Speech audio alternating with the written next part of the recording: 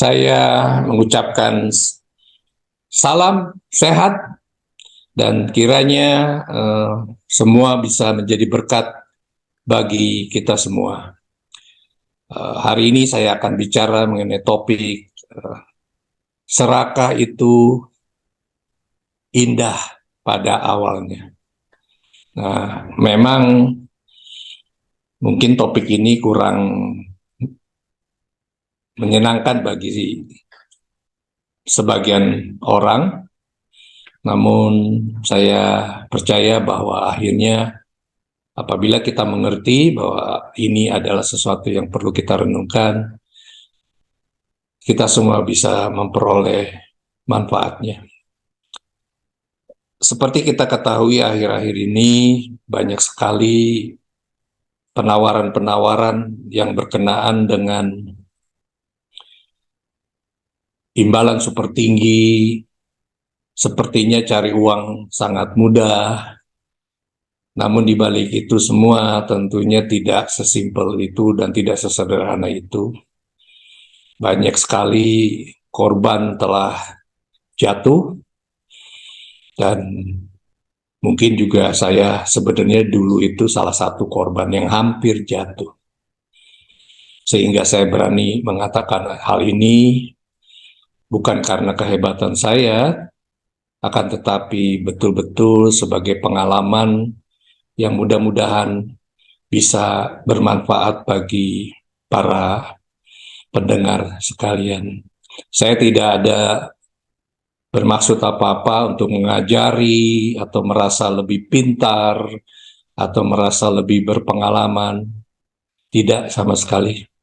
Karena saya tahu saya bukan siapa-siapa dan saya hanya memberikan satu perspektif dari sudut yang berbeda. Banyak sekali korbannya adalah orang-orang yang sejujurnya sangat awam dalam bidang investasi. Namun karena imbalan yang seolah-olah besar, sehingga orang sangat mudah tergiur, dan juga banyak sekali dilakukan oleh mungkin sebagian oleh para selebriti yang kehidupannya berhasil, sehingga sangat membuat kita menjadi mudah percaya. Nah, ini yang membuat banyak sekali korban berjatuhan begitu cepat dan jumlahnya sangat masif. Saya tidak mau menyebutkan satu persatu karena toh ini sudah ada di media dan saya rasa Bapak, Ibu, atau saudara yang mendengar pastinya juga sudah mengetahui. Nah, sesuai judul tema kita, serakah itu indah pada awalnya. Nah, pertanyaannya kenapa ada kata serakah? Serakah adalah tentunya satu sifat yang kurang baik. Karena kita menghalalkan segala cara biasanya tanpa pikir panjang. Yang penting saya bisa dapat segala-galanya dengan cara secepat-cepatnya dan juga dengan cara semudah-mudahnya. Kelihatannya brilian, akan tetapi saya boleh saksikan dan saya boleh katakan bahwa itu adalah semuanya menjebak kita. Siapapun yang mendengar hal ini tentunya tidak suka, dan saya bisa terima kalau tidak ada sekelompok orang yang tidak suka, namun saya selalu harus mengatakan benar adalah benar. Tidak ada maksud untuk menggurui dan lain sebagainya, karena kita semua tahu bahwa korbannya pun sudah sangat banyak. Ya, tentu ada yang tidak mau bicara karena satu dan lain hal.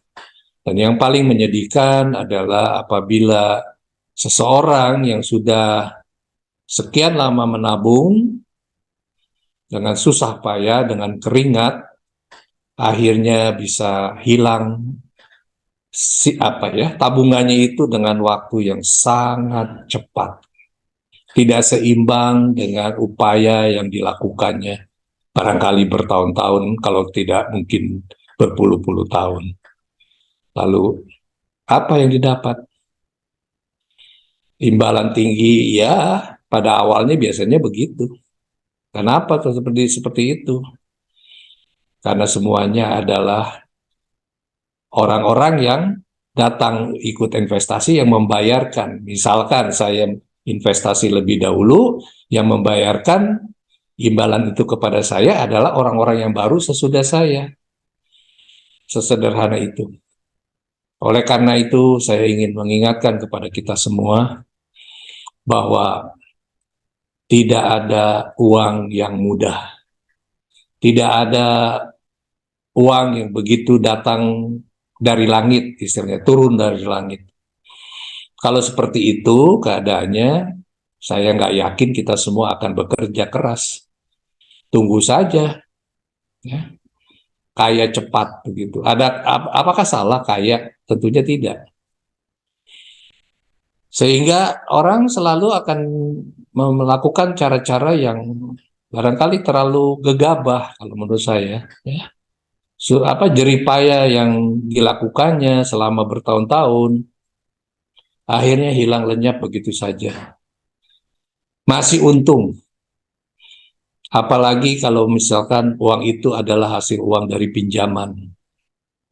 Mungkin dengan menjaminkan rumahnya, atau mobilnya, ataupun apalagi saya nggak tahu, sahamnya barangkali, atau emas yang dia punya, atau perhiasan, ataupun apapun. Kita akan terbayang bahwa itu akan semuanya hilang. Kalau orang yang punya rumah lebih dari satu, hilang satu, barangkali nggak apa-apa. Ya, orang selalu bilangnya, hitung-hitung uang sekolah. Ya, silakan aja. Ya. Boleh dong orang kalau sekolah. Ya, harus dong orang kalau sekolah. Iya, betul. Kan tetapi, kembali yang ingin saya ingatkan sekali lagi, selama hal-hal yang di luar kebiasaan dalam cara kita menerima imbalan, pastinya ada apa-apanya. Oh, orang pasti sebagian akan bilang, oh, Pak Denis jangan ngomong sembarangan. Iya, saya nggak ngomong sembarangan, justru saya ngomong tidak sembarangan. Karena sudah banyak contohnya. Manusia itu cepat lupa pada prinsipnya. Karena apa? Karena kembali lagi, imbalan yang begitu menggiurkan membuat seseorang mudah lupa dan cepat lupa. Karenanya, di awal saya sudah bilang tadi bahwa nggak ada uang yang mudah.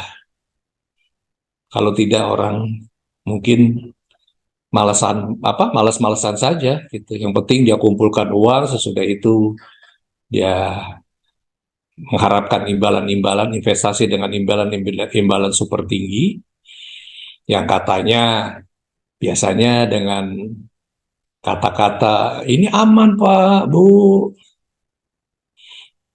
salah kalau nggak ikut gitu ya. Oleh karenanya, kalau Bapak, Ibu, Saudara yang uangnya barangkali dengan dikumpulkan dengan susah payah, saya ajak untuk tidak ikut investasi-investasi seperti ini. Kelihatannya apa yang saya katakan tidak populer dan seolah-olah orang ketinggalan zaman. Tidak apa-apa. Saya tidak masalah apabila ada orang yang mengatakan seperti itu. Karena saya juga tidak dirugikan. Ya, silakan saja orang menilai saya tidak mengerti, nggak apa-apa. Karena saya tahu bahwa pengalaman saya lumayan di bidang keuangan. Ya, tidak luar biasa, tapi lumayan. Ya, sehingga kalau ada orang yang mau membodohi saya, rasanya susah.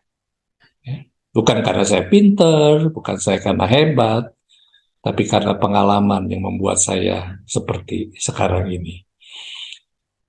Kembali, satu dua hal yang saya ingin ingatkan lagi bahwa tidak ada uang yang mudah dan tidak ada imbalan yang super luar biasa yang bisa membuat kita nyaman dalam berinvestasi.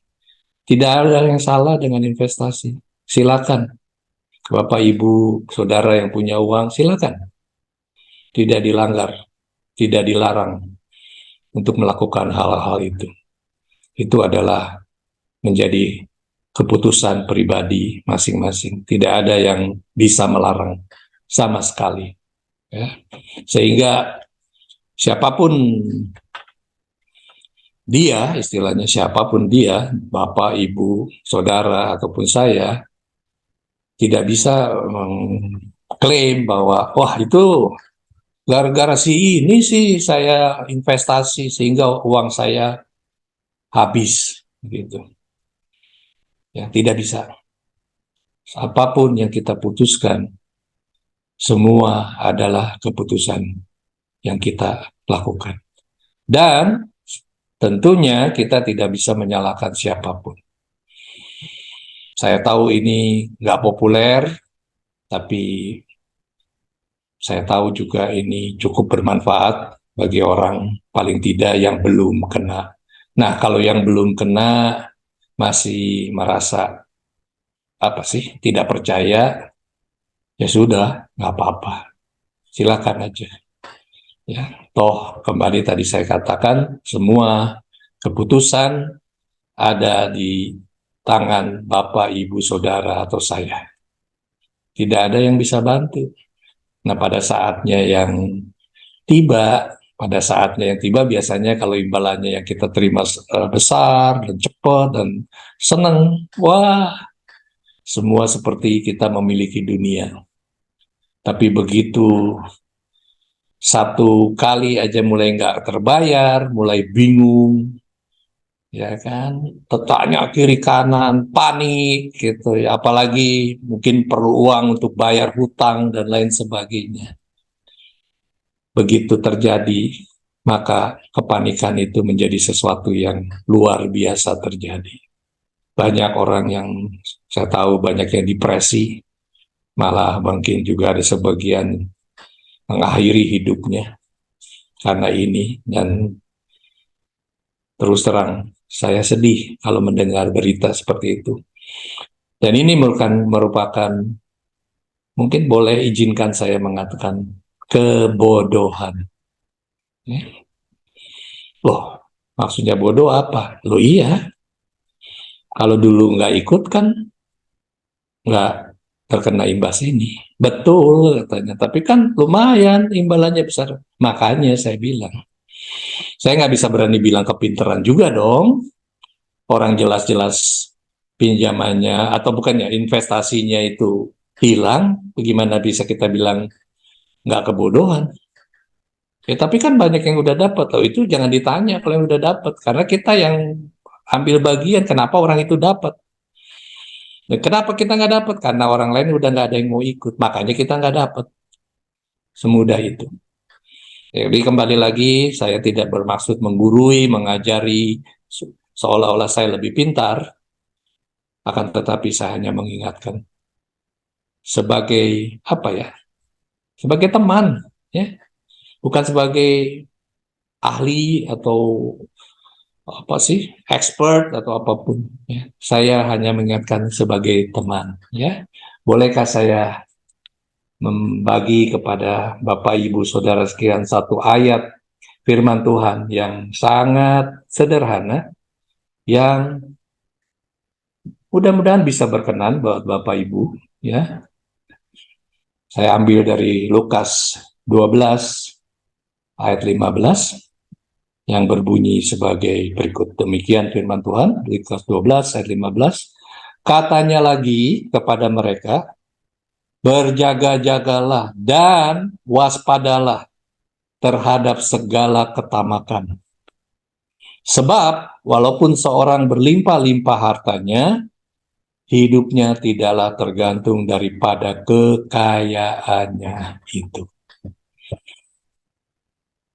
Saya percaya ayat ini sangat menguatkan kita semua supaya kita lebih mengerti bahwa kekayaan itu bukan segalanya. Apalagi kalau dengan hasil ketamakan alias serakah. Demikian yang saya dapat sampaikan. Saya mengucapkan terima kasih untuk waktu yang diberikan kepada Bapak oleh Bapak, Ibu, Saudara sekalian, dan kiranya sharing sederhana ini bisa bermanfaat bagi kita semua. Terima kasih. I love you all.